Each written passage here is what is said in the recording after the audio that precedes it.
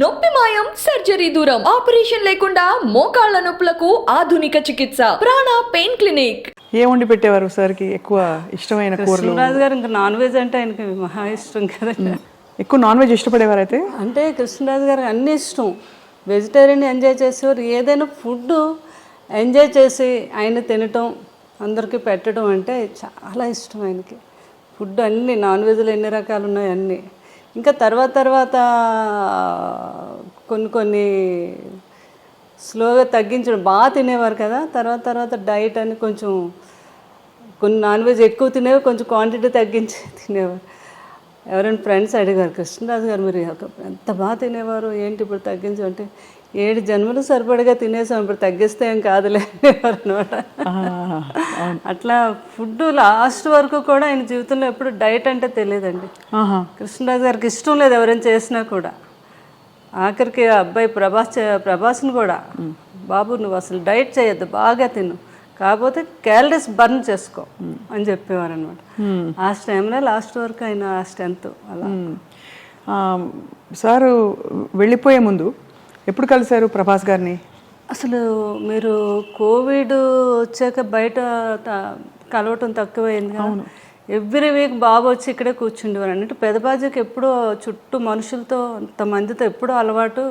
సడన్గా నాకేమో చాలా భయం అనమాట. అసలు ఎవరిని రానియటం, కానీ తలుపులు కూడా కొన్ని రోజులు వేసేసి ఎవరిని అసలు రానిలేదు. చాలా కేర్గా చూసుకున్నాం. అంటే ఆ సంఘటన మీకు తెలుసు కదా, ఆ టైంలో ఎవరైనా ఏదైనా అనుకోకుండా ఏదైనా జరిగినా భార్యని చూడలేరు, పిల్లల్ని చూడలేరు, ఫ్యామిలీని చూడలేరు. అలాంటి సిచ్యువేషన్ ఎవరికి రాకూడదు జీవితంలో. అట్లాంటిది కృష్ణరాజు గారిని ఎంతలా చూసుకోవాలి అని నేను పూర్తిగా. బాబు కూడా పెదనాన్న గారిని ఎవరీ వీక్ వచ్చేవారు. వచ్చే ముందు 3 days ముందు కోవిడ్ టెస్ట్ చేయించుకొని అయినా అప్పుడు రిజల్ట్ వచ్చాక వచ్చి పెదబాధ్యతో ప్రతిసారి అంతే. అంత జాగ్రత్త పడ్డారు. అంత జాగ్రత్త, చాలా జాగ్రత్త పడ్డాం అనమాట. అలాగే ఇంకా బోర్ కొట్టేస్తుంది నాకు, ఏం పర్లేదండి వారు ఆయన అయితే.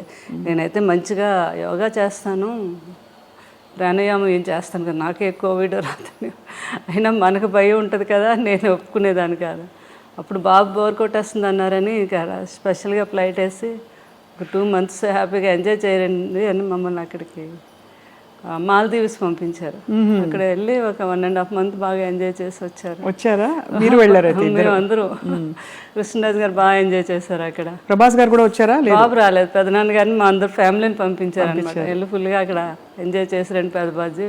మీరు బోర్ కొడుతుంది అంటున్నారు కదా అని.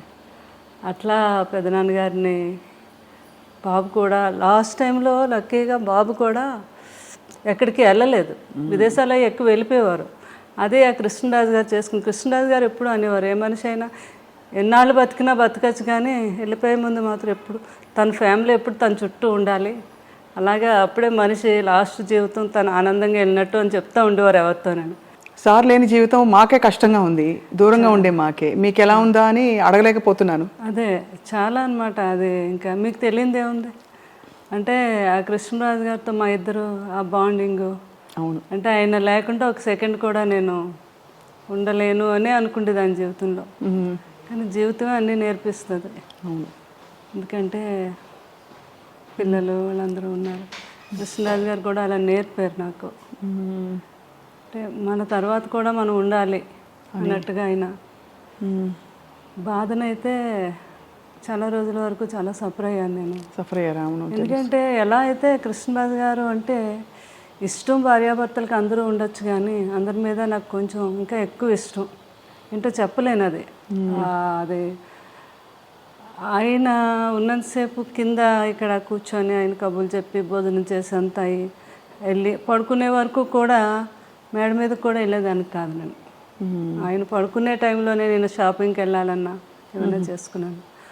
అసలు ఆయనతో ట్రావెల్ తప్ప ఆయన వదిలే చుట్టాలు, బంధువులు, కొంతమంది కొన్ని అకేషన్స్ కూడా నాకు అసలు వెళ్ళలేదు. కృష్ణరాజు గారు అనేవారు, ఏముంది నేనే రావాలి, నువ్వు వెళ్ళొచ్చు కదా అంటే. నా జీవితం ఆనందం మీతోనే.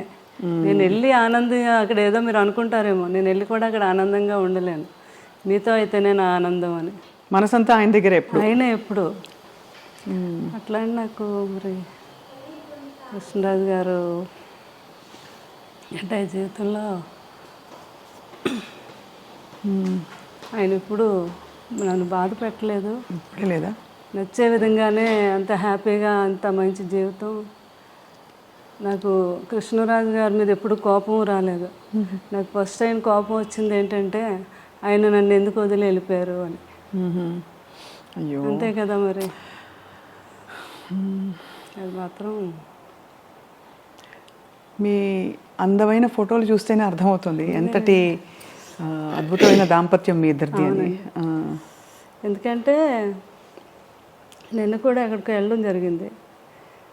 ఆమె కవితా గుట్ట అని సారీస్ ఆమె అంటున్నారు అనమాట, మేడం మేము పెళ్ళిళ్ళు కొన్ని ప్రోగ్రాములు పెళ్ళిళ్ళు అవి చూస్తున్నప్పుడు కృష్ణరాజు గారు శ్యామలాదేవి గారు వస్తారు అండం కోసం ఛానల్ ఓపెన్ చేసి చూసేవాళ్ళం. మీ ఇద్దరిని చూస్తే మాకు ఎంత ఆనందం అనిపించేది అని. అంటే ఎక్కడికి వెళ్ళినా ఇద్దరు ఒక్కరే ఒంటరిగా ఎప్పుడు అయినా వెళ్ళలేదు, నేను వెళ్ళలేదు. అదే అదే అలా అలా ఆ జీవితం అలా గడిచిపోయింది అంతే. అవునండి, అవును. అంటే ఎలా ఎలా మీరు యాక్చువల్లీ ఎలా వచ్చారు కృష్ణరాజు గారు మీ లైఫ్లోకి, మీరు వారి లైఫ్లో? అంటే కృష్ణరాజు గారు సిస్టరు, మాకు మా సిస్టర్ కజిన్ సిస్టరు ఇద్దరు తోటికోడళ్ళు అనమాట. ఓహో. అట్లా కృష్ణరాజు గారు జీవితంలో అనుకోని సంఘటన సీతాదేవి గారు అలా అవటం. కృష్ణరాజు గారికి ఏంటంటే చిన్నపిల్లడి మనస్తత్వం. ఎవరికైనా మీరు వచ్చారంటే స్వప్న ఏం తింటావు, ఏంటి మంచినీళ్ళు తాగుతావా, భోజనం, అలా అందరి ఆకలి ఆయనకు తెలుసు కానీ ఆయన ఆకలి ఆయనకు తెలియదు. ఎవరో ఒకరు అనుకుంటే ఆయనకి ఏమిటి టైం అవుతుంది భోజనం పెట్టి అలా తల్లిదండ్రులు చూసుకుండేవారు. తర్వాత వైఫ్ సీతాదేవి గారు అలా అనమాట. ఆ సీతాదేవి గారిని కోల్పోయాక ఆయన చాలా డిప్రెషన్. అది తండ్రి గారు తెలుసుకొని, లేదు బాబు లైఫ్లో మళ్ళీ మనం బాబుకు పెళ్లి చేయాలి, లేకపోతే అతను అందరినీ చూసుకుంటాడు కానీ అతను చూసుకునే వాళ్ళు ఉండాలి అని అప్పుడు చుట్టాల ద్వారా పెళ్లి చేయాలని, ఎవరైనా మంచి అమ్మాయి బాబుని చూసుకునే అమ్మాయి అంటే అప్పుడు మా కజిన్ సిస్టర్ వాళ్ళ తాలూకా వాళ్ళంతా తనైతే బాగా చూసుకుంటుంది, చాలా మంచి అమ్మాయి అని చెప్పడం జరిగితే అట్లా అనమాట రిలేషన్. తర్వాత కృష్ణరాజు గారు కూడా అంటే ఏజ్ గ్యాప్ కూడా ఉంది. తర్వాత ఏమో పూర్వకాలంలో పిల్లల్ని గట్రా అడగకుండా చేసేస్తారు కదా అని సపరేట్గా మళ్ళీ వాళ్ళ కజిన్ బ్రదర్ నన్ను సపరేట్గా పంపించారు. నాకు నిజంగా ఇష్టం అవునా కాదా, వాళ్ళ మదర్ ఏమైనా ఒప్పించేస్తున్నారా అని. ఎంత ఏజ్ గ్యాప్ ఉందండి మీకు సార్కి? 28 years. 28 years. కానీ ఎవరికి ఎప్పుడు ఆ గ్యాప్ అనిపించలేదు, అసలు ఎప్పుడు అనిపించేది. ఇంకా కొన్ని కర్ణాటక అవన్నీ వెళ్తే వాళ్ళు మేడం మీది లవ్ మ్యారేజ్ అని అడిగేవారు అనమాట వాళ్ళు. అలాగే అంటే ఫోటోలు చూస్తే అలాగే అనిపిస్తుంది ఇప్పుడు చూసిన. అదే అట్లా పాపం అన్నీ తెలుసుకొని మా మామగారు కూడా చాలా హ్యాపీగా నా కోడలు బాగా చూసుకునే కోడలు వచ్చింది కొడుకుని అని అది అనమాట.